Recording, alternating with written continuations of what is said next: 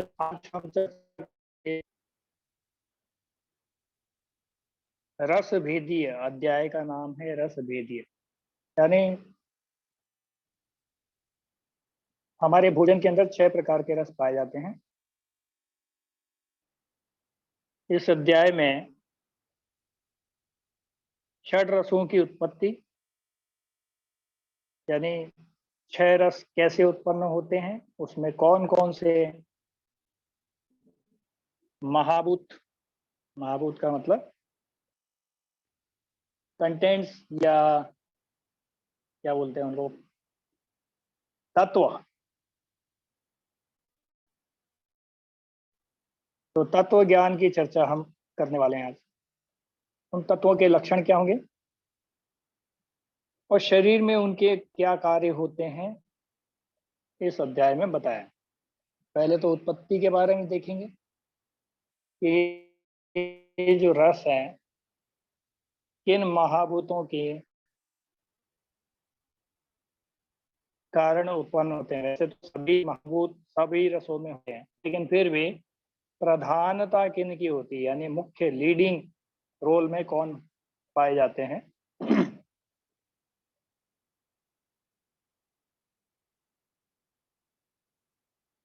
तो हम एक चार्ट हमारे सामने देख रहे हैं, कौन सा रस किसके लिए और कौन कौन से महाभूतों से बना है। मधुर रस की चर्चा करते हैं तो मीठा, तो हमारे भोजन के अंदर जितना भी मीठा, यह सृष्टि के अंदर जो भी मीठा तत्व होता है वो पृथ्वी और जल 2 महाभूतों से मिलकर बना है। महाभूत अर्थात तत्व। 5 तत्वों से हमारा शरीर या पूरी सृष्टि का निर्माण होता है। पृथ्वी, जल, अग्नि, वायु और आकाश।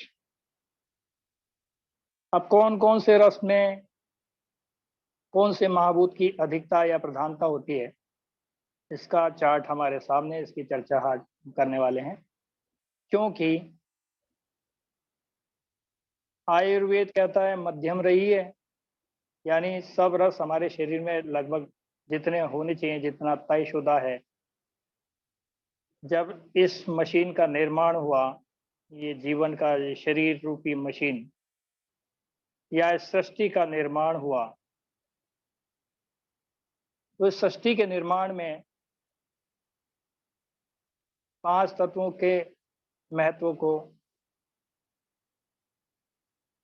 प्रधानता के दृष्टिकोण से देखा गया। तो उन 5 तत्वों में पृथ्वी, जल, अग्नि, वायु और आकाश। अब ये सम रहें, आयुर्वेद कहता है हर चीज पे सम रही है, यानी समान। अब इनकी कुछ अधिकता हो जाए या इनकी किसी तत्व की कमी हो जाए, जिसके कारण हमें रोग आते हैं। जब तक ये सब समान है तो कोई रोग हमारे शरीर में नहीं आ सकता, ऐसा माना जाता है। यानी एक शुद्ध शरीर की संरचना या एक शुद्ध प्रकृति की संरचना के दृष्टिकोण से हम तत्वों का प्रधान अप्रधान का भाव समझते हैं, तो ये 5 तत्व सम रूप से सभी जगह पाए जाते हैं। तो मधुर जल मतलब मधुर किससे बना है, तो पृथ्वी और जल 2 प्रमुख तत्व हैं। इनकी प्रधानता जिसमें पाई जाएगी वो मधुर रस होगा, मीठा होगा। यानी पृथ्वी और जल ये दोनों मिलेंगे तो क्या बनाएंगे, मधुर रस। और आपने देखा होगा कफ का भी निर्माण इसी से हो रहा है, पृथ्वी और जल। तो किसका निर्माण हो रहा है, कफ का। यानी पृथ्वी और जल के निर्माण से कफ का निर्माण हो रहा है, मधुर रस का निर्माण हो रहा है। तो शरीर में मधुर रस ही कफ है, राइट।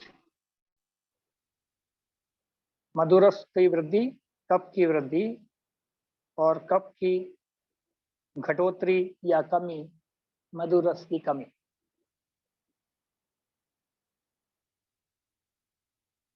नंबर 2 देखते हैं, अम्ल। अम्ल का मतलब खट्टा, खट्टा रस किन किन तत्वों से मिलकर बनता है? तो पृथ्वी और अग्नि, ये दो से मिलकर के हमारा खट्टा रस बना है। अब इसमें जितना ज्यादा पृथ्वी का कंटेंट ज्यादा होगा उतना ही ज्यादा मधुरता पाई जाएगी। ऊपर मधुर में हम देख रहे थे पृथ्वी और जल, जल अधिक हो जाएगा तो क्या होगा, मधुरता में कमी आएगी। और पृथ्वी बढ़ जाएगा यहाँ पर तो क्या होगा, मधुरता की वृद्धि पाई जाएगी। और पृथ्वी घट जाएगा तो क्या होगा, मधुरता की कमी देखने को मिलेगी। पृथ्वी घटेगा, जल बढ़ेगा तो मधुरता की कमी देखने को मिलेगी। अम्ल यानी खट्टा, खट्टा अर्थात हमारा पृथ्वी तत्व और अग्नि तत्व दोनों मिलकर के बना रहा है। यानी पृथ्वी की प्रधानता है और सेकंड नंबर पे अग्नि है। यदि अग्नि बढ़ जाएगा तो क्या होगा, खट्टा ज्यादा हो जाएगा। राइट, ऐसे समझना है इसको। और किसकी घटोत्तरी किसकी बढ़ोतरी, ये बहुत जरूरी है इसको समझना। सारा खेल इसी पर निर्धारित है आयुर्वेद का। तीसरा जो रस आता है लवण, यानी नमकीन जो है हमारा किससे बन रहा है, जल और अग्नि तत्व से मिलकर बना है। तो जल और अग्नि तत्व से मिलकर बना है, इसीलिए क्या होता है, जैसे ही आपके नमक को मॉइस्चर लगता है उसमें गुठले पड़ जाते हैं। राइट। कटु, कटु का मतलब हुआ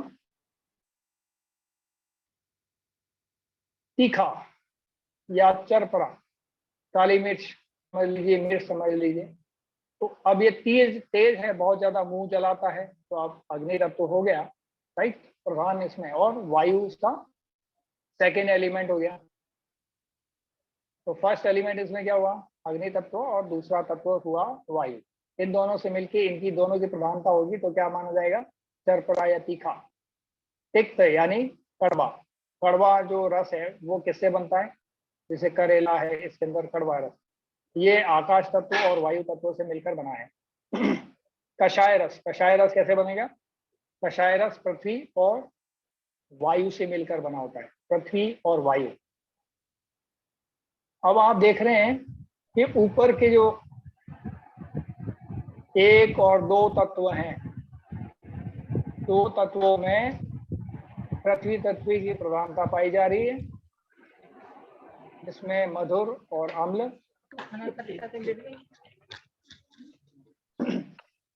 और अम्ल और लवण में अग्नि तत्व।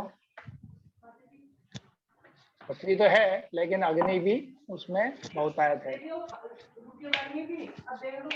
इसके बाद में नीचे के कॉमन तत्व हैं, उनको याद रखने के लिए प्लीज ये जरा ऑफ कर लीजिए अपना माइक।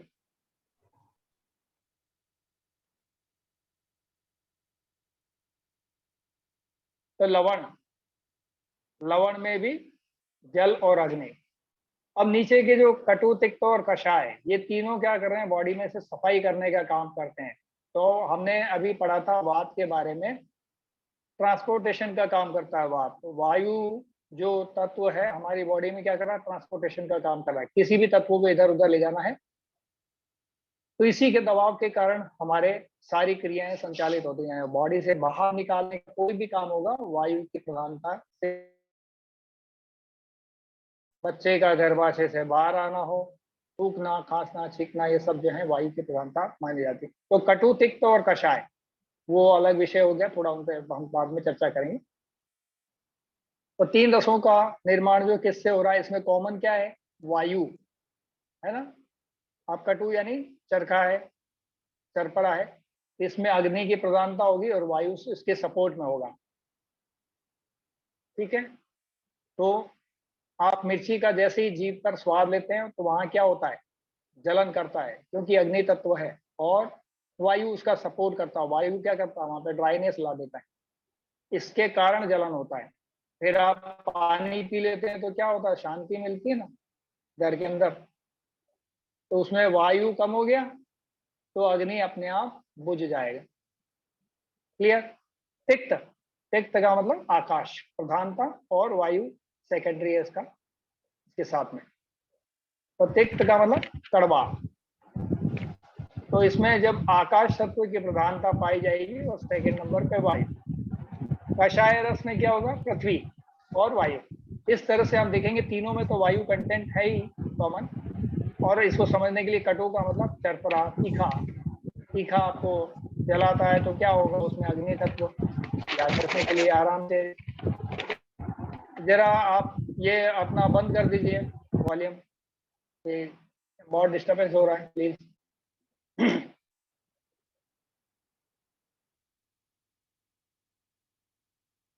तो इस तरह से मुख्य क्या हुआ, इसमें वायु की भी कॉमन बात हो गई, और कटु यानी चरपरा में अग्नि हो गई, तिक्त यानी कड़वा है तो आकाश हो गया, और कषाय है तो पृथ्वी हो गया। ठीक है, ये बॉडी में क्लींजिंग का काम करते हैं और वो सब इकट्ठा करने का काम करते हैं ऊपर वाले। ऊपर वाले क्या करेंगे, इकट्ठा करना है, यानी शरीर में वृद्धि करना है। शरीर की वृद्धि करनी हो, शरीर में कोई चीज घट गया बढ़ गया, तो ये बढ़ने वाला जितना भी काम है वो सारा ये काम करते हैं मधुर, अम्ल और लवण। घटाने का काम जो शरीर में करे ना, कोई चीज घट गई है, कोई चीज सुकड़ गई है, कोई बोलते हैं ना कोई अंग सिमट गया है, सुकड़ गया है, तो ये क्या करेंगे, कटु तिक्त कषाय ये लोग करेंगे। ठीक, तो बढ़ने का काम ऊपर के तीन, घटने का काम नीचे के तीन। राइट। अब बॉडी में बैलेंस करना है, इसलिए इसको सबसे पहले हमको मधुर ज्यादा काम में लेना है, क्रमशः याद रखना है इसको। मधुर, अम्ल, लवण, यानी सबसे ज्यादा शरीर में मधुर तत्व हम लोग काम में लेते हैं, उसके बाद में खट्टा, उसके बाद में लवण, और फिर कटु तिक्त कषाय, क्रमशः इसी तरीके से ऊपर वाला ज्यादा, फिर उससे कम, फिर उससे कम, उससे कम, ऐसा करके नीचे क्रम शुरू होता है। तो इस प्रकार से आप भोजन में भी पहले मधुर, उसके बाद अम्ल, लवण, कटु तिक्त कषाय जब ऐसे प्रयोग करते हैं तो आपको स्वास्थ्य संबंधी बाधाएं या परेशानियां नहीं होती हैं। अब हम आगे बढ़ते हैं। लक्षण क्या होंगे, मान लो किसी के शरीर में मधुर तत्व बढ़ जाएगा तो लक्षण क्या होंगे, है ना। हमने पहले चर्चा की थी उत्पत्ति, उत्पत्ति के बारे में हमने जान लिया। अब इसके लक्षण देखेंगे और शरीर में इसके कार्य क्या होंगे वो भी समझने का प्रयास करेंगे।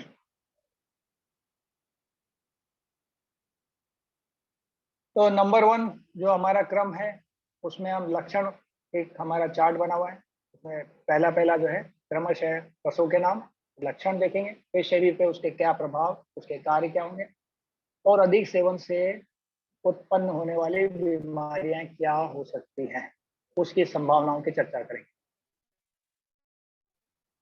मधुरस को देखते हैं तो मधुरस में क्या हो रहा है, मुख से चिपचिपापन, क्योंकि मधुरस भी चिपचिपा है, तो मुंह में क्या होता है, ये चिपचिपापन लाता है। अभी आप गुड़ खाएंगे तो चिपचिपा लगेगा ना, मीठा कोई भी खाएंगे तो चिपचिपा हो जाता है मुंह। राइट, इसको ऐसे समझेंगे। और इंद्रिय प्रसादन, इंद्रिय प्रसादन यानी अपनी पुष्टि देता है, इंद्रियों को, पांचों इंद्रियों को विस्तार करता है उनका, उनमें कमी नहीं लाता है किसी चीज में, नहीं। और पिपीलिका को प्रिय, पिपीलिका मतलब जो भी शरीर के बाहर से संक्रमण बॉडी के अंदर आते हैं वो सब इसी श्रेणी में आते हैं, पिपीलिका। चाहे वो बैक्टीरिया हो या वायरस हो या कोई भी चीज शरीर में आते हैं, उन सबको प्रिय होता है। ठीक है, अब इन्फेक्शन हो गया है तो वो भी बैक्टीरियल इन्फेक्शन है या वायरल इन्फेक्शन है। तो बॉडी में क्या हुआ, इन्फेक्शन हो गया, इन्फेक्शन हो गया तो क्या हुआ, क्या बढ़ गया, अम्ल तत्व बढ़ गया। अम्ल तत्व नहीं बढ़ा बल्कि मधुर रस बढ़ गया, मीठा वाला ज्यादा बढ़ेगा। तो ज्यादा यदि मीठे का प्रयोग करते रहेंगे तो क्या इन्फेक्शन जाएगा, बिल्कुल नहीं जाएगा बॉडी में से। तो क्या करो, सबसे पहले सप्लाई चेन बंद कर दो, यानी उसको खा पी के ये पिपीलिका वर्ग के जितने प्राणी है ना शरीर के अंदर बवाल मचाते हैं, तो क्या करो, मीठा बंद कर दो। कोई भी इन्फेक्शन होती है बॉडी में, क्या करो, मीठा बंद कर दो, यानी ग्लूकोज जैसी कंटेंट वाले चीजों को रोक लो। ठीक है, तो क्या कर सकते हैं इसके लिए? आप व्रत भी कर सकते हैं, लंघन भी कर सकते हैं, ऐसा कुछ कर सकते हैं। ये मीठे वाले कंटेंट का त्याग करेंगे, बाकी सब चीजें कड़वा अड़वा ऐसी चीजें लेंगे तो इन्फेक्शन बढ़ जाएगा, क्योंकि कड़वा किसी भी जीव को पसंद। छोटे बच्चे को भी आप चटा दो, उसने तो दुनिया नहीं देखी है, लेकिन आपको थोड़ा सा में वो आपको आभास करा देगा, उसके चेहरे के भाव बताएगा मेरे को नहीं। अब उसको किसने बताया? ये प्रकृति का एक सिस्टम है, नियम है, राइट। शरीर में इसके कार्य क्या होंगे? मीठा है, उसका काम है। तो जन्म से सात्म्य, ग्रहण, कंठ्य, स्तन्यवर्धक, वात, पित्त व विष नाशक, संधान करता। ठीक है, अब ये क्या क्या काम करता है शरीर में देखते हैं। जन्म से सात्म्य, ग्रहण, तो हम चर्चा करते तो संतर्पण और अपतर्पण की भी चर्चा करते हैं। तो हम देखते हैं शरीर में कोई भी ग्रहण यानी वृद्धि के लिए जो भी कार्य हो गए, शरीर के अंगों की वृद्धि के कार्य जितने भी होंगे वो सब मीठे से ही होंगे, राइट। शरीर के लिए सात्म्य, सात्म्य का मतलब ये साधक है, शरीर इसके लिए बना है, इसको यूज करने के लिए बना है, ठीक है। लेकिन एक सीमा रेखा के अंतर्गत, सीमा में, सीमा से ज्यादा होगा तो खराब, राइट। कंठ्य यानी आपके गले को तरोताजा करने के लिए काफी है ना। गर्मी से आते हैं आप शरबत पी लो, कितना मजा आएगा। हाँ हाँ हाँ, क्या कहना, मीठा होता है ना शरबत, तो आपकी प्यास।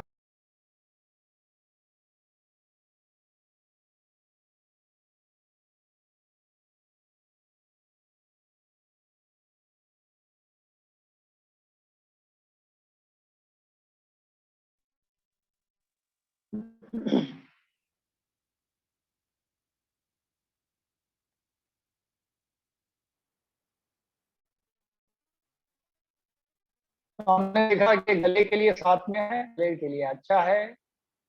स्तन्यवर्धक, स्तन्यवर्धक मतलब जो माताएं अपने बच्चों को दूध पिलाती, स्तन्यवर्धक यानी स्तन जो होता है, स्तन पान कराने वाली जो माताएं हैं, चाहे वो गाय भैंस हो, आप हो, मनुष्य हो, ये सब यानी 54,000 से भी ज्यादा हमारे एनिमल्स हैं इस धरती पर।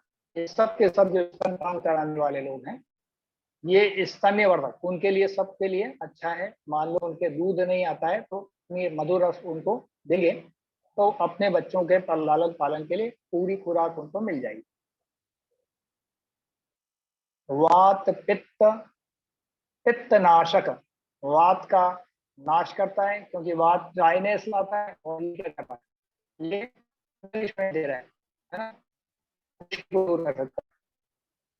पित्त व विषनाशक, शरीर के अंदर विष, जितनी भी गर्मी शरीर में पैदा करता है, केमिकल जितना भी डालोगे विष है, किसी भी प्रकार का विष जो शरीर में उपयोगी कंटेंट नहीं है, उन सब के लिए। और पित्त, ये पित्त का भी नाश करता है और विष का भी नाश करता है। कहते हैं ना कड़वा जहर, अरे ये नीम तो बहुत कड़वा है, निबोली कैसे खाए, निबोली बहुत कड़वा जहर है, ऐसे बोलते हैं। जहर का मतलब क्या हुआ? कड़वे से हुआ है। कहावतें कुछ ऐसी बन चुकी हैं, राइट। लेकिन यहाँ पर ऐसा समझे इसको, पित्त, कफ पित्त जो है, ये कफ की वृद्धि करेगा तो वात और पित्त का नाश करेगा, राइट। वहीं शरीर में जलन वलन है तो आप मीठा लगा सकते हैं, तो आपको शांति मिल जाएगी, क्योंकि मीठे का गुण क्या है? ठंडा है, तासीर ठंडी है। विष, तो विष को, विष क्या करता है? शरीर में जलन करता है, उसका ये नाश करने वाला है। संधान कर यानी ये संधान करता है, किसी भी चीज संधान करता है, यानी कोई भी शरीर के अंदर कोई अंग में कोई चीज कमी है तो उसका नरिशमेंट करेगा, संधान करेगा। तीसरे में देखेंगे स्थौल्य, बीमारी क्या करेगा? स्थूल यानी मोटापा। और क्या करेगा? अग्निमान, मीठा ज्यादा खाओगे तो भूख को कम कर देगा। मीठा, चिकना, ऐसे कोई भी कंटेंट खाओगे जिसमें मधुर रस मौजूद है तो क्या करता है? ये अग्नि को ठंडा कर देता है, क्योंकि इसकी तासीर ठंडा है। तो अग्नि मंद हो जाएगी, यानी भूख कम लगेगी, भूख नहीं लगेगी। जिनको भूख नहीं लगती है उनको इसका कम प्रयोग करना चाहिए। तो क्या करें? कड़वी चीजों का प्रयोग करो, राइट। प्रमेह, प्रमेह कई प्रकार के आयुर्वेद में बताए हैं। प्रमेह में डायबिटीज भी आ जाता है और भी कई और भी व्याधियां आ जाती हैं। तो ये प्रमेह को बढ़ाता है कि कौन सी व्याधियां करेगा, कौन सी बीमारियां करेगा, इसकी हम चर्चा कर रहे हैं। तो प्रमेह को बढ़ाएगा। गलगंड, गले के अंदर ज्यादा मीठा खाएंगे तो क्या होगा? टॉन्सिल होने के चांस ज्यादा रहते हैं। मीठा खट्टा भी खाते हैं तब भी हो जाता कई लोगों को। ये मीठा क्या कर रहा है? मीठा जो है प्रति तत्व को बढ़ा रहा है। तो गलगंड यानी गले के अंदर जो भी ये गलगंड नामक जो बीमारी है वो जरूर आती है। एक हल्का सा टॉन्सिल बढ़ जाना ये गलगंड ही है एक तरह का। संन्यास आदि, तो संन्यास आदि का मतलब, संन्यास का मतलब एकांतवास चाहना। संन्यास का मतलब ये नहीं कि लोटा और अपने आइटम उठाए और चल दिए जंगल में संन्यास, चलो भाई मीठा खाने वाला सन्यासी हो गया। ना ना ना, ऐसा नहीं है। यानी ऐसी वृत्ति बना देता है, एकांतवासी हो जाता है, उसको कुछ काम करने की इच्छा नहीं होती है, डलनेस रहती है बॉडी में, है ना, तो वो संन्यास हो जाएगा। अम्ल रस, अम्ल रस क्या करेगा? लाल स्राव यानी लार को बढ़ाएगा, अपने शरीर में लार को बढ़ाता है।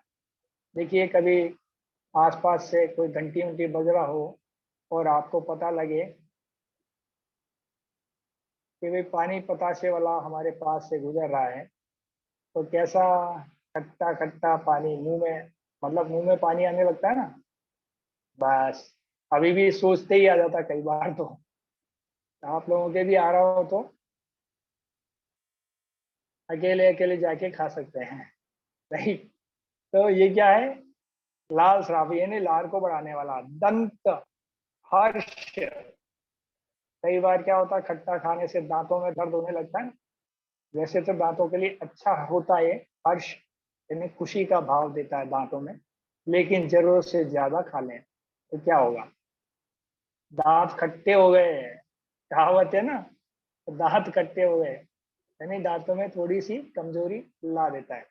कुछ भी चीज खाते हैं तो दांतों में बहुत ज्यादा फीलिंग होती है उसकी, रोमांच करता है।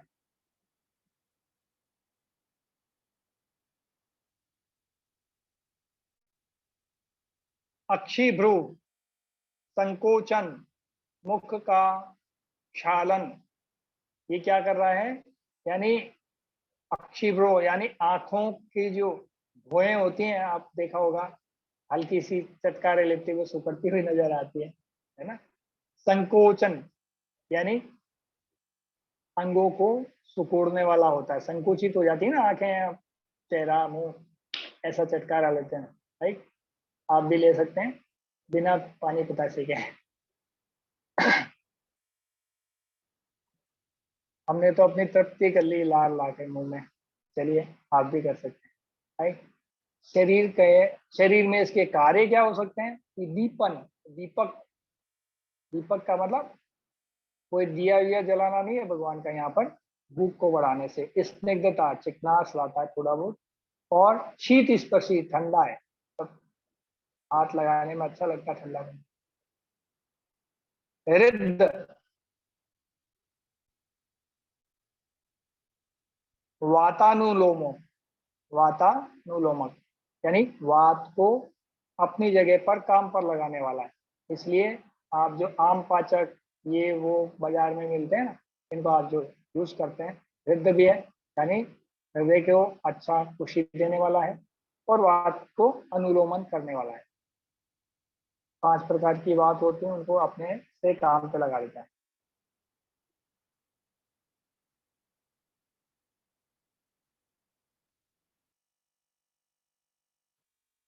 अब इससे अधिक सेवन करने से समस्या क्या हो सकती है? तो शिथिलता हो सकती है ना, भ्रम हो सकता है, भ्रम की बीमारियां हो सकती हैं, शोप, सूजन हो जाती है खट्टा लेने से ज्यादा, विसर्प,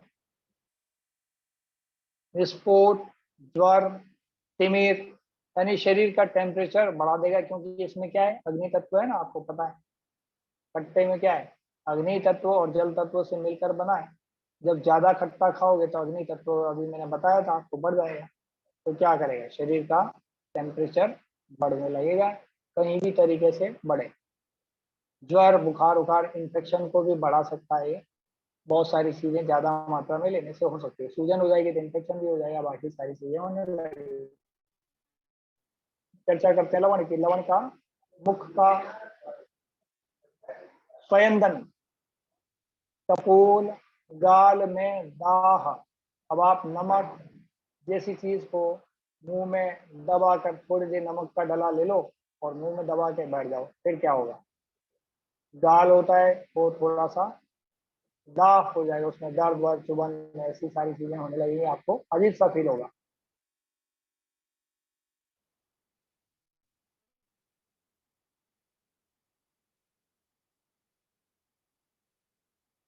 अब ये करता है क्या, दीपन यानी भूख लगाने का काम करता है, स्नेहन करता है, यानी शरीर में पानी की मात्रा बढ़ाता है, यानी चिकनाई की मात्रा भी शरीर में बढ़ाएगा स्नेहन, हालांकि बहुत ज्यादा नहीं, लेकिन जल की मात्रा शरीर में बढ़ाएगा। स्वेदन, पसीना भी लाएगा। छेदन भेदन करता है, छेदन भेदन, आपका गले में कफ जमा रहता है तो आप क्या करते हैं, नमक के पानी के गरारे करके क्या करता है, कफ को छेद करके भेदन करके उसको बाहर निकालने का काम करता है। बंधनों को ढीला करता है, यानी कोई भी गांठें वाटे हो गई तो क्या करते हैं, नमक के पानी का सेक करते हैं ना, या कोई सूजन हो गई तो क्या करते हैं, तो बंधनों को ढीला करना, यानी कोई चीज भी बंधी हुई है, गांठ वाट हो गई तो उसको गलाना हो तो उसमें ऊपर से हम नमक के पानी का, गर्म पानी का सेक करते हैं, या नमक के पानी के अंदर पैर रख के बैठ सकते हैं, अलग अलग तरीके से अलग अलग प्रयोग करते हैं। करेगा क्या, रोग क्या पैदा करेगा, तो कुष्ठ यानी बीमारी, ये क्या करता है, खून को खराब कर देता है, तो कुष्ठ कर सकता है। वात रक्त, यानी बॉडी में थोड़ा सा ड्राइनेस करेगा, और वो जब ड्राइनेस की वजह से अंग फटने लगेंगे तो उनमें रक्त की बीमारी पैदा कर सकते हैं, उससे रक्त खराब होने में लगेगा, इस टाइप की चीजें देखने को मिलेंगी। खालित्य, पालित्य, विषवर्षक, विषवर्धक सॉरी, और बलनाशक, शरीर की शक्ति को कम कर देता है। खालित्य पालित्य यानी बाल वाल झड़ना, ये सारे काम ये कर सकता है, हड्डी वड्डी को गलाना कर सकता है, इसलिए नमक ज्यादा प्रयोग नहीं करना। कटु रस की चर्चा करें तो जिह्वाग्र, उद्वेजन, मुख में चिपचिपाहट,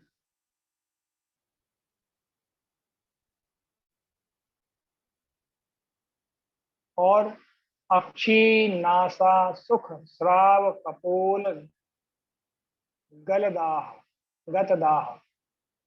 तो कपोल गतदाह यानी जो हमारे कपोल हैं जिनको, इनमें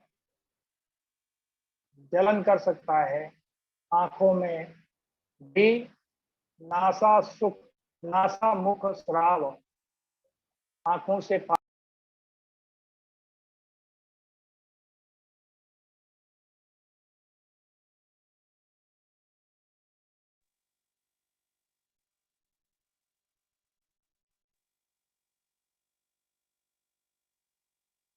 मिर्च वाली चीजें हमारे शरीर में क्या करती हैं, खाते ही नाक से मुंह से पानी आ जाता है ना, कपूर से सब तरफ से, तो बस वो सारा करता है। अब इसके प्रभाव क्या है शरीर पर, स्रोत रसों का विवरण, यानी स्रोतसों का, स्रोत जो हमारे हैं, शरीर में ग्लैंड्स वगैरह होते हैं जो स्रोत पैदा करते हैं, उनका विवरण, यानी उनको बढ़ाएगा, स्रोतों को बढ़ाएगा। दीपक, भूख लगा सकता है, है ना, क्योंकि कफ को वहां से कम करेगा, तो कफ की वृद्धि की वजह से भूख कम हो रही है, यह थोड़ा हटाएगा, सफाई करेगा, ड्रिल करेगा, तो भूख भी लगने लग जाएगी। अग्नि तत्व तो है ही। चोट नाशक, कहीं सूजन हो गई, कहीं इन्फेक्शन हो गया तो उनको सुखा सकता है, कुछ हद तक सूजन का भी कमी ला सकता। व्रण घाव, अवसादक, क्लेद शोषक, क्लेद यानी पसीना है, उसका शोषण कर सकता है। ठीक है, बीमारियां क्या होंगी? शुक्र क्षय, तो शुक्र धातु का क्षय होगा। बल क्षय, आपको कमजोरी लाता है। शुक्र क्षय यानी आपके शरीर में शुक्राणुओं की मात्रा।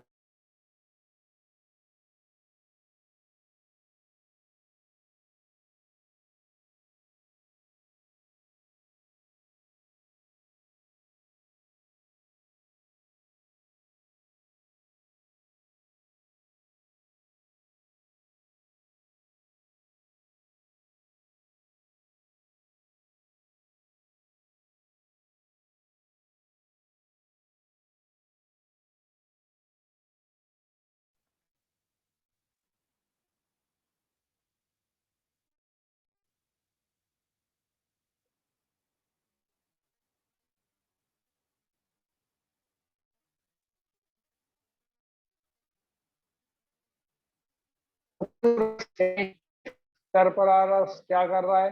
शुक्र धातु के और शरीर की ताकत को कम करता है। मूर्छा, कंपन ला सकता है शरीर में। कटिपुष्ट में पीड़ा कर सकता है। कटिपुष्ट का मतलब ये जो कटी यानी आपकी जो कमर है, पुष्ट इसके पृष्ठ भाग में, पिछले भाग में जलन कर सकता है। आपको जो भी जाएंगे तो बड़ी दिक्कत कर सकता है ना। कुछ लोग तो खा पी के अंदर ही बैठे रह जाते हैं, बार बार उनका क्रम चलता रहता है। यानी शरीर में से बल का क्षय करता है। तिक्त रस, तिक्त का मतलब कड़वा। अब ये मुंह में विशुद्धता, लिसलिसापन। अब आप देख लीजिए क्या करता है, जिह्वा को जड़ बनाना, यानी जीभ को जड़ बना देता है, उसके काम करने की क्षमता को कम कर सकता है। यानी उसके अंदर कोई भी जीभ में कोई कफ वफ जमा है तो साफ कर देगा, नहीं तो उसकी कार्य क्षमता को कुछ हद तक कम कर सकता है। यानी ड्राइनेस ला सकता है जीभ पर, है ना। क्योंकि आप समझ लीजिए कड़वा करेला आप खा लेते हैं फिर कैसा होता है, बस वही वही सब चीजें सारे होती। अब इसका कार्य क्या है? स्वयं अरुचिकर होते हुए भी रुचि को अरुचि को दूर करना। खाने में हल्का सा कुछ कड़वा डाल दो तो आपको, जैसे मेथी का हम बघार लगा देते हैं, तो मेथी क्या है? कड़वी है, लेकिन कड़वा होते हुए भी क्या कर रहा है शरीर में, मतलब खाने में क्या कर रहा है? स्वाद बढ़ा रहा है ना। तो खुद अरुचिकर होते हुए भी रुचि बढ़ा देता है खाने में। कृमि, विष, ज्वर, कुष्ठ नाशक। कृमि यानी कोई वॉर्म्स हो जाते हैं बॉडी के अंदर, कीड़े मकोड़े, बैक्टीरिया जिसको बोलते, तो वॉर्म्स का नाश करता है। विष, कोई शरीर में विष जमा है, टॉक्सिक मटेरियल जिनको, उनको शरीर से निकाल फेंकता है। ज्वर, कुष्ठ नाशक, बुखार को भी हटाता है, इन्फेक्शन बॉडी में से हटाता है। कुष्ठ यानी चमड़ी के रोगों को ठीक करता है। 18 प्रकार के आयुर्वेद में कुष्ठ का वर्णन मिलता है। कुष्ठ का मतलब खाली कोढ़ नहीं होता, चमड़ी से जुड़ी हुई सारी बीमारियां कुष्ठ की श्रेणी में आती हैं। तुम्हारे दादी नानी पुरखे कहते आए कि भाई अब ये मौसम बदल रहा है, बोलिए।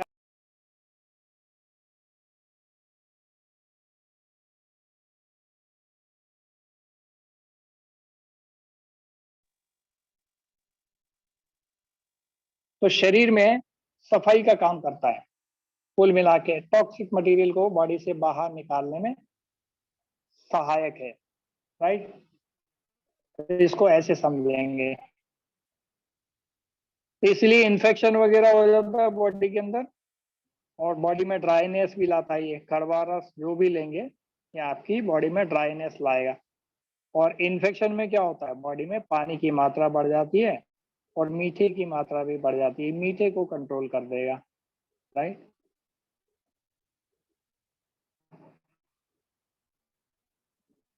मलमूत्र क्लेद का शोषक, ठीक है, मल, मूत्र और क्लेद यानी पसीना, इनका शोषक, इनको कम कर देगा बॉडी के अंदर।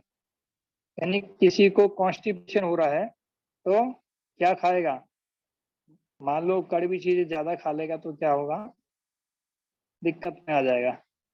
पेशाब शरीर में नहीं आ रहा है तो कड़वी चीजें, करेला वरेला ये सब खाएं तो दिक्कत आ सकती है ज्यादा मात्रा में। कम मात्रा में तो ठीक है, स्तन्य शोषक। स्तन्य शोषक का मतलब माँ जो बच्चे को दूध पिला रहे, अभी मेमल्स की हमने चर्चा की थी, मीठा रस क्या करता है, स्तन्य वर्धक था, ये स्तन्य शोषक है। यानी शरीर के अंदर जो भी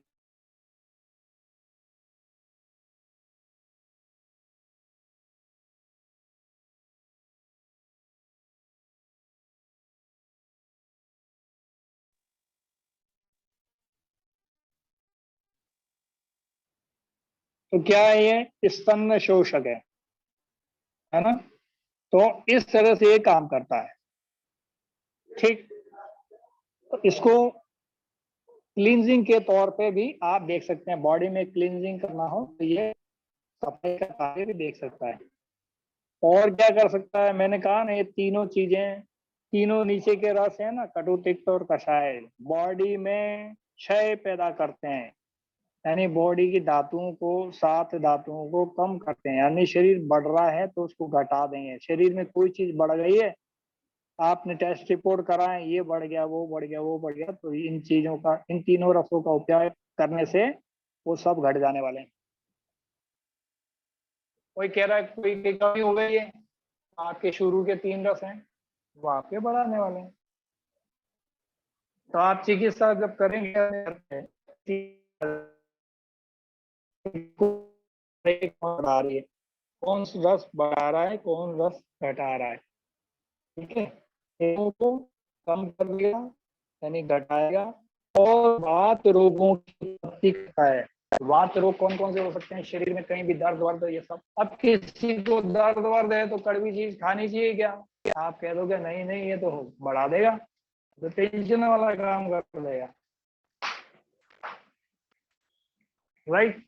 तो इस तरह से हम कुछ चीजें खा करके, कुछ चीजें घटा करके, अपने खाने में से कुछ निकाल करके अपनी चिकित्सा हम ऐसे ही कर सकते हैं बड़ी आसानी से। तो फिर दवा क्यों खाएं, जब खाने से ही सारी चीजें कंट्रोल हो जाती हैं, तो दवाएं क्यों खाएं। ये दिमाग बिल्कुल वाजिब प्रश्न। इतना है कि हम जीवा को जड़ बनाना, कंठ व स्रोतसों को बंद करना। कषाय रस का मतलब फिटकरी, फिटकरी को देख लीजिए, कषाय रस है। अब आप कोई दाढ़ी वाड़ी बना रहा हो, कट जाए, या कोई कट लग गया है, क्या वो स्थान से जब आएगा बाहर, अब उसको कट को तुरंत चिपकाने का काम कोशिकाओं के रंध्र को, छिद्रों को बंद कर देगा। इसलिए वो क्या करेगा, जड़ करेगा, जमा देगा, उनको स्टील कर देगा, एकदम जमा देगा। तो के अंदर भी आप फिटकरी जरा सी टच हो, ऐसा लगता है जीभ जैसे जाम हो गई, फिर कुछ खट्टे मीठे स्वाद का भी बहुत ज्यादा पता नहीं लगता कुछ देर तक। तो थोड़ी देर बाद में आप लोगे तो आपको उसका रिजल्ट देखने को मिलेगा, कुछ अच्छा दिखे। और करता क्या, कम मात्रा में दो तो रक्त शोषक, शोधक है, तो खून को साफ कर देगा अंदर। आपने देखा हो ना, फिटकरी को पानी में डाल दो, पानी गंदा है तो उसके मैल को फाड़ देता है। ऐसे ही शरीर के अंदर जो जमा हुआ मैल है उसको कम मात्रा में देने से फाड़ देता है। ब्लड के अंदर भी जमी हुई गंदगी है, कोलेस्ट्रॉल वोलेस्ट्रॉल है, तो उसको भी ये फाड़ देगा, फाड़ के अलग कर देगा। बाकी काम किडनी का है, वो सफाई करेगी उसको ढूंढ ढांड के।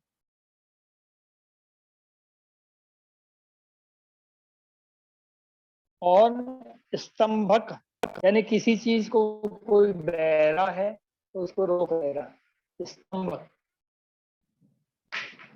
स्तंभक का काम, स्तंभन का काम करेगा। और ग्राही है, ग्राही का मतलब एकदम रोक देना। और स्तंभक का मतलब जो कोई रिसाव हो रहा है तो रिसाव को रोकना।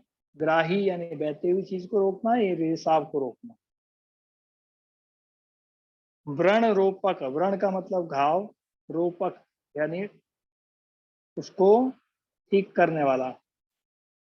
क्लेद शोषक, पसीने को कम कर देता है शरीर में से। त्वक प्रसादक, क्योंकि स्किन के रोम छिद्र बंद कर देगा तो पसीना ऑटोमेटिकली कम निकलेगा, यानी रोकने का काम कर रहा है कुल मिला के बॉडी के अंदर ये रस। तो कुछ चीज किसी को दस्त वस्त लग गए हैं तो ये बढ़िया काम कर सकता है ना।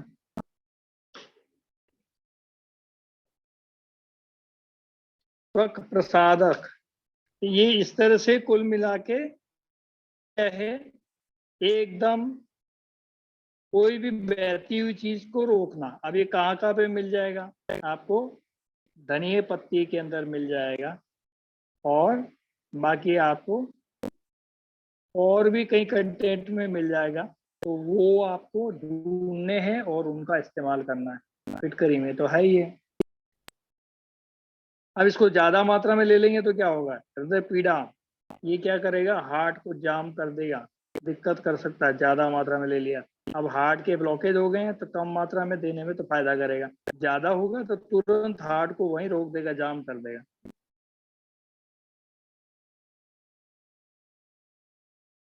आध्यान विलंब विबंध और शुक्र क्षय कृष्टा, शुक्र क्षय कृष्टा, ये क्या करता? अंगों को सुकोड़ने का काम कर देगा। वो कृष्टा यानी पतलापन ला देगा उन अंगों में।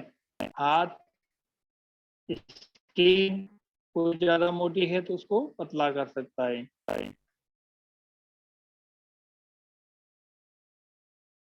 कुल मिला के आसान शब्दों में इसका काम है सुकोड़ना। कोई भी चीज फैल गई है तो उसको सुकोड़ देगा, बस सिंपल सा शब्द याद रखो। उदाहरण के लिए देखते हैं कि कौन कौन से रस के अंदर मीठा पाया जाता है। मतलब मीठा जो है किस दिन में पाया जाएगा? तो घी में मिल जाएगा, दूध, जीवनीकरण, जीवनीकरण जो जीवन दायिनी चीजें होती हैं मीठी वाली, तो उन सब में मिल जाएगा। यहाँ लिखा है स्वर्ग, स्वर्ग नहीं है, स्वर्ण है, गलती से छप गया है स्वर्ग। तो भी मीठा मिलेगा आपको। अम्ल रस में देखेंगे तो अम्ल रस किस किस में मिलेगा? आंवला, दही, अनार आदि। ठीक है, खट्टा इसलिए आंवले में होता है, दही भी खट्टा होता है, अनार भी। तक्र, तक्र का छाछ। लवण रस किस में मिलेगा? सेंधव नमक में मिल जाएगा, बीड़ नमक, सीसा, क्षार, जितनी भी अल्कलाइन चीजें उनमें नमक मिल सकता है। क्षार। खटूरस यानी तीखापन हल्का सा, इसमें मिलेगा। हींग में मिलेगा, षटकोल, षटकोल मुख्य मिलेगा में मिलेगा। तिक्त यानी कड़वा, पटो, चंदन, नीम, हल्दी, लौंग,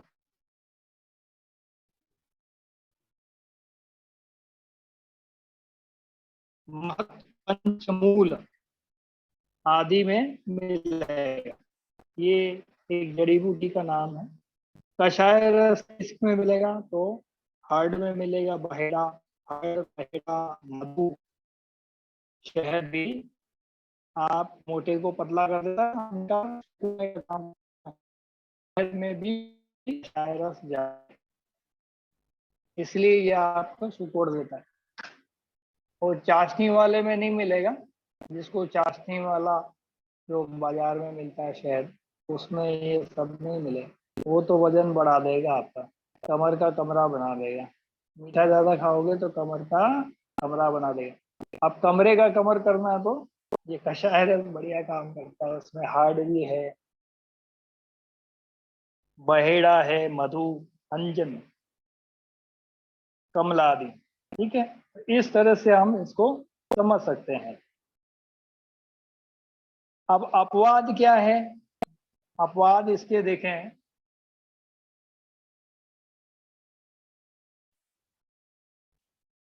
सभी मधुर द्रव्य कफ वर्धक हैं। ध्यान से सुनिएगा, क्योंकि कफ का भी निर्माण कैसे हो रहा है? जैसे मधुर रस का पृथ्वी और जल से मिलने के बाद में मिलन के बाद में मधुर रस का निर्माण हो रहा है, तो कफ का भी निर्माण किससे हो रहा है? पृथ्वी और जल से। ठीक है, तो ये सारे के सारे मीठे जो हैं, ये सब क्या है? कफ वर्धक हैं, कफ को बढ़ाने वाले बॉडी के अंदर। तो जिनको कफ की बीमारी है उन्हें खाना चाहिए क्या? आप कहोगे बिल्कुल नहीं। अब मोटापा भी कफ से आ रहा है, फैटी लीवर भी कफ से आ रहा है, तो क्या इनको खाना चाहिए क्या? बिल्कुल नहीं।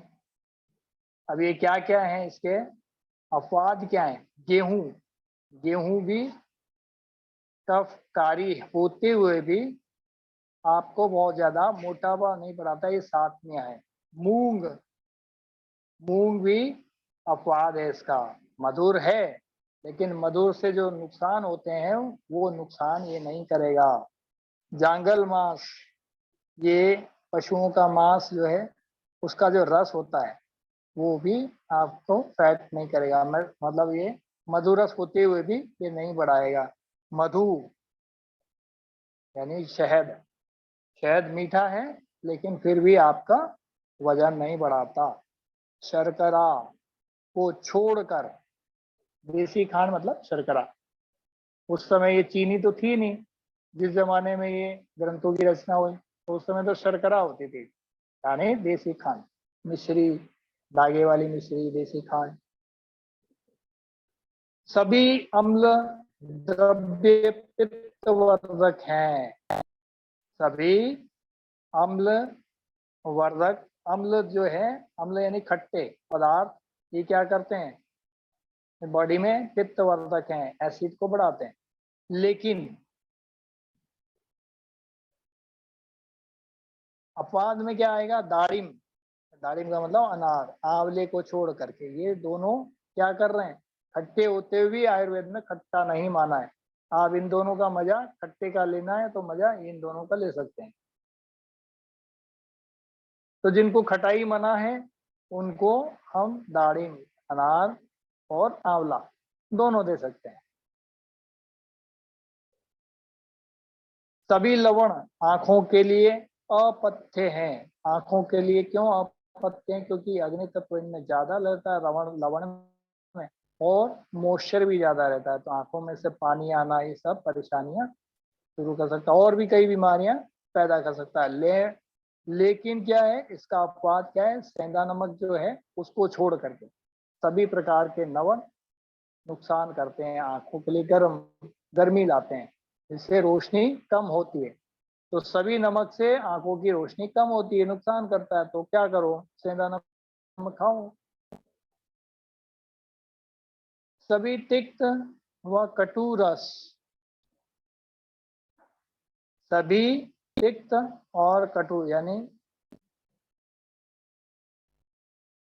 कड़वे और चरखे रस अवश्य व वात कोपक होते हैं। देखिए नियम क्या है आयुर्वेद का? सभी कौन से? तीखे और कड़वे, ये जितने भी रस हैं अवश्य व वात कोपक होते हैं। अवश्य यानी शरीर में कुछ भी चीज की वृद्धि नहीं करते, घटाते हैं। और वात कोपक हैं, वात की बीमारियां बढ़ाने वाले हैं, वात को शरीर में बढ़ाने वाले हैं। लेकिन फिर भी रुक जाइए थोड़ा, कौन कौन से नहीं है? अब ये सब तीखे भी हैं और कड़वे भी हैं। कौन? रसोन, पिपली, सौंठ, गिलोय, पटोर, इन सब को छोड़ दो, ये इसके अपवाद हैं।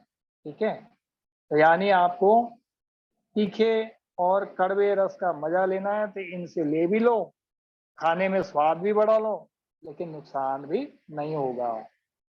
सभी कषाय द्रव्य स्तंभक होते हैं। हमने क्या सोचा था, हमने क्या सुना था कि सारे जो कषाय रस हैं वो क्या करते हैं, कोई भी बहती चीज को रोक देंगे, राइट, स्रोत शरीर के अवरुद्ध कर देंगे, राइट। तो जो ग्लैंड्स हैं आपके, उनके अंदर से रिसाव, मान लो ज्यादा आपने ये कषाय द्रव्य लिया, कषाय रस लिया, तो ये क्या करेंगे, उसमें रोक देंगे उन सबको। लेकिन हरित की का मतलब हर्ड, हर्ड एकमात्र ऐसा है जो कषाय होते हुए भी कषाय नहीं है। इसको आप लेंगे तो कॉन्स्टिपेशन को ये रिलीफ, पेट सब साफ कर सकता है, लेकिन कब्ज पैदा नहीं करेगा। लेकिन आप आंवला लोगे तो कब्ज पैदा कर सकता है। इसलिए त्रिफले में हरित की यानी हर्ड मिलाने का चलन है। तो जिनको ज्यादा कब्ज रहता है वो समान मात्रा का त्रिफला यूज कर सकते हैं। जिनको कब्ज नहीं रहता, बहुत ज्यादा पित्त प्रकृति के लोग रहते हैं, तो उनको 1:2 का 4 लेना है।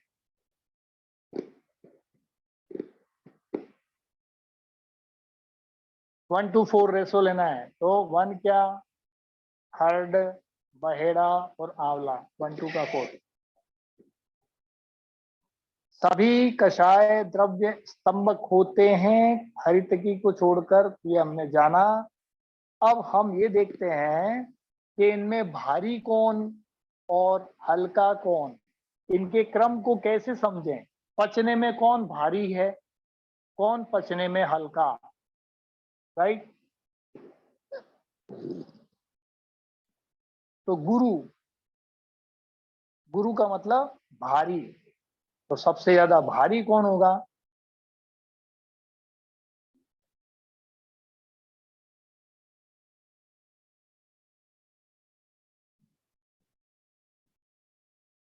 तो सबसे ज्यादा भारी यहाँ पर अपन लास्ट वाला देखते हैं, तो मधुर पचने में सबसे ज्यादा भारी, इसको उत्तम बताया है। ये पचने में क्या है, उत्तम यानी भारी है। मध्यम यानी कषाय रस जो है पचने में उसके बाद में पचता है शरीर में, और लवण उसके बाद में। अधम यानी उसका आधा है। ठीक है, यानी गुरुता के दृष्टिकोण से, भारीपन के दृष्टिकोण से देखें तो मधुर रस भारी है, उसके बाद सेकंड नंबर पे कषाय रस आएगा भारीपन में। यानी मधुर रस भारी, तो कषाय उससे हल्का और लवण उससे हल्का, यानी गुरुता के दृष्टिकोण से देखें। अब लघुता यानी पचने में एकदम हल्का हो, पचने में एकदम हल्का। तो इधर से देखते हैं, उत्तम में देखें तो एकदम उत्तम क्या, तिक्त। तिक्त क्या, तिक्त का मतलब क्या, तिक्त का मतलब कड़वा रस। और कटु, कटु का मतलब मिर्च वाला, ये मध्यम है। और अम्ल यानी खट्टा, ये लघु हैं, हल्के हैं। ठीक है। शीत, शीत यानी ठंडा। अब सबसे ठंडा कौन सा मानेंगे, तो उत्तम ठंडा कौन सा हुआ, मधुर। ये ठंडा है और लेकिन उत्तम भी है, शरीर के लिए अच्छा है। और कषाय यानी सेकंड नंबर पे आता है ये, उत्तम, ये मध्यम है। वो उत्तम है तो ये मध्यम है, ठंडा है, ठंडा तो है लेकिन मध्यम ठंडा है।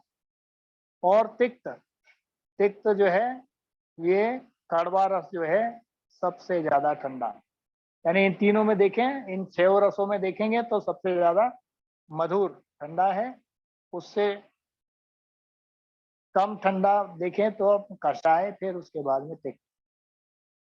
उष्ण, अब गर्म की लेवल को आंकें तो लवण सबसे ज्यादा गर्म है, उसके बाद में सेकंड नंबर पे गरम आता है वो अम्ल यानी खट्टा, तीसरे नंबर पे कटु रस।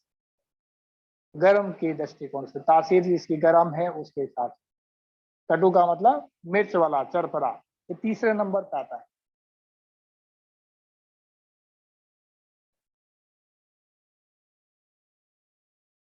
आप कहोगे कि तीसरे नंबर पे आता है, लगता तो बड़ा जोरदार है जीभ पर जाने के बाद, क्यों ऐसा? आप कभी नमक थोड़ा सब्जी में ज्यादा डल जाए, आप खा पाएंगे क्या? कोई खाना पसंद नहीं करेगा, उसको तुरंत हटा देंगे, है ना? इतना उष्ण, इतना गर्म है। लेकिन इससे कम जो है अम्ल यानी खट्टा, खट्टा ज्यादा हो गया ना, थोड़ा बहुत आप एक आध पीस खा पाओगे। लेकिन कड़वा, ये मीठा, ये नमक वाला हिस्सा जो आ गया, तो नमक वाला आते ही आप हटा दोगे, टेबल से हटाओगे, ये तो लेना ही नहीं। फिर उससे कम जो है कटु, कटु का मतलब तीखा, थोड़ी बहुत मिर्च वाला, तेज वाला आप खा पाओगे, लेकिन नमक ज्यादा होगा तो बिल्कुल नहीं खा सकते। इसका एग्जाम्पल क्या? इसका एग्जाम्पल करेला होता है। अब इसमें लवण में इतनी गर्मी है कि उस करेले के रस को, करेला एकदम ठंडा है तासीर में, है ना, उसको इतना गर्म करके उसमें से पिघला करके उसके सारे के सारे कड़वासपन को निकाल देता है। तो करेले की सब्जी बनाते समय क्या करते हैं, नमक उस पर लगा के रख देते हैं, उसकी कड़वास खत्म हो जाती है। तो ये विज्ञान है साहब, हमारा रसोई का विज्ञान है, किचन का। हमारी दादी नानी ये सब करती आई हैं, राइट? तो ये सारा घर के अंदर हम जिसको जिंदा, जिस पर जीवित है, ये विज्ञान वो है जिसको हम जी रहे हैं, रोज जीते हैं इसको। पैरासीटामोल कितने लोग खाते रोज? नहीं खाते। लेकिन ये सब, ये तो बहुत जरूरी है, इसके बिना तो हम एक कदम भी नहीं हिलने वाले। पैरासीटामोल के बिना जिंदा रह पाओगे ये, लेकिन इनके बिना जिंदा रहना मुश्किल है। जबकि हमें किसी किताब में, किसी पुस्तक में ये सब पढ़ने को नहीं मिलता। जिसको जीते हैं, ये जिसके सहारे जीवित हैं, वो हमें पढ़ाया नहीं जाता, और पता नहीं बाकी की चीजें सब पढ़ने को मिल जाती हैं। ऐसा एजुकेशन सिस्टम चल रहा है।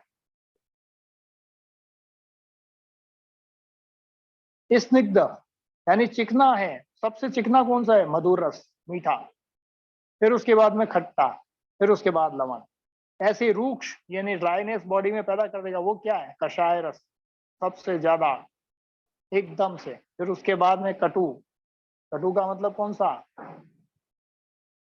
कटु मध्यम है, कटु मतलब चरपरा, काली मिर्च जैसा, राइट?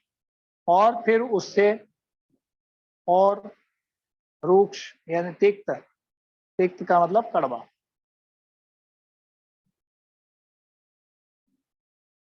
तो इस तरह से इसका श्रेणी विभाजन आज हमने देखा और उसे समझने का प्रयास किया। समय पर आएंगे तो थोड़ा ज्यादा सीखने को मिलेगा। समय हो चला है, तो हम आज समय पर ज्वाइन करें तो बेहतर है। तरसों की कल्पना हम और ज्यादा सीखेंगे कल नेक्स्ट क्लास में।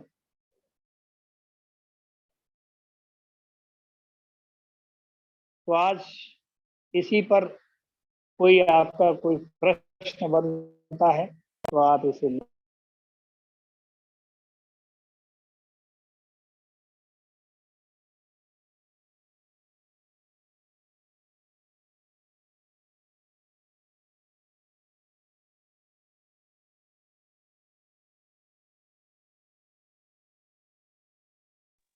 नहीं दादा, इसको फिर से कल पढ़ाई करके सुन के फिर क्वेश्चन करेंगे, पूछूंगी मैं,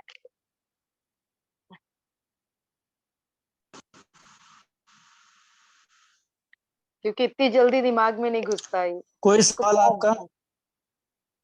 हाँ जी, सर थोड़ा डिफिकल्ट है, इसको दिमाग बार में नहीं घुस पा रहा है। नहीं, हाँ थोड़ा सा कंफ्यूज हो जा रही बीच बीच में। क्यों, इसको क्या कंफ्यूजन है बताइए। नहीं, जैसे सर ये है कि अब बात में कुछ चीजें किसी को मतलब जैसे कड़वी चीजें देनी चाहिए डायबिटीज में, लेकिन उसका वेट कम होता जा रहा है, तब उस केस में क्या किया जाए?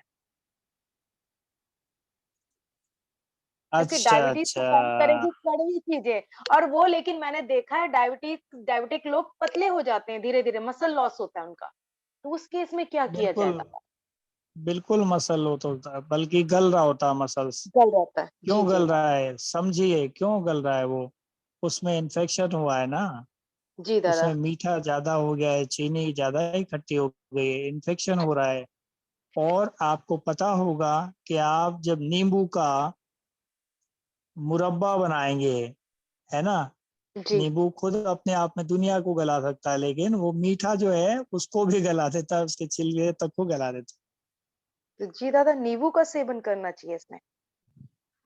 ना ना ना, इसमें तो कड़वा ही यूज करना है, लेकिन उसकी लिमिट में करना है।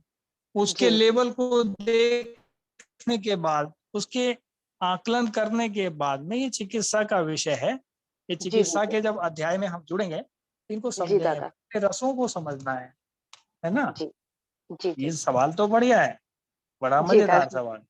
जी। और ऐसे सवाल आने भी चाहिए, लेकिन थोड़ा गलत जगह उठ गया है।